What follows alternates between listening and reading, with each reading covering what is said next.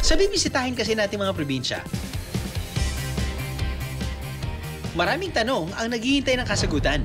Kinakain ba talaga to? Hindi ba dapat, hindi naman talaga kinakain yan? Sino may away? Walang away, sir. Wala mo, okay, sorry. Ube crab! That, sir, is your money shot.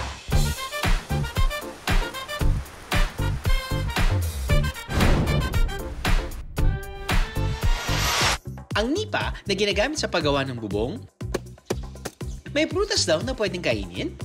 Nipa, ginagawa lang bubong, Oo pero nga. dito, kinakain yan. Isla, pinoprotektahan di umano sa ipo-ipo at bagyo ng mga santong nakatirik sa dagat. At kakaibang usok, nakagagamot daw ng sakit. Mawawala daw yung sakit sa katawan nyo, pati yung mga malas sa buhay nyo. Gusto nyo ba yun? Saan kayo galing? Uy, curious ba kayo, Beros? Wala nang maraming tanong. Simulan na natin ang biyahe sa isla ng Leyte. Huwag kayong malilate. Bueno mano sa ating biyahero checklist. Isang dive ramp na dinarayo sa isang isla. Gawa sa sari-saring troso at kawayan. G ba kayong talunan yan?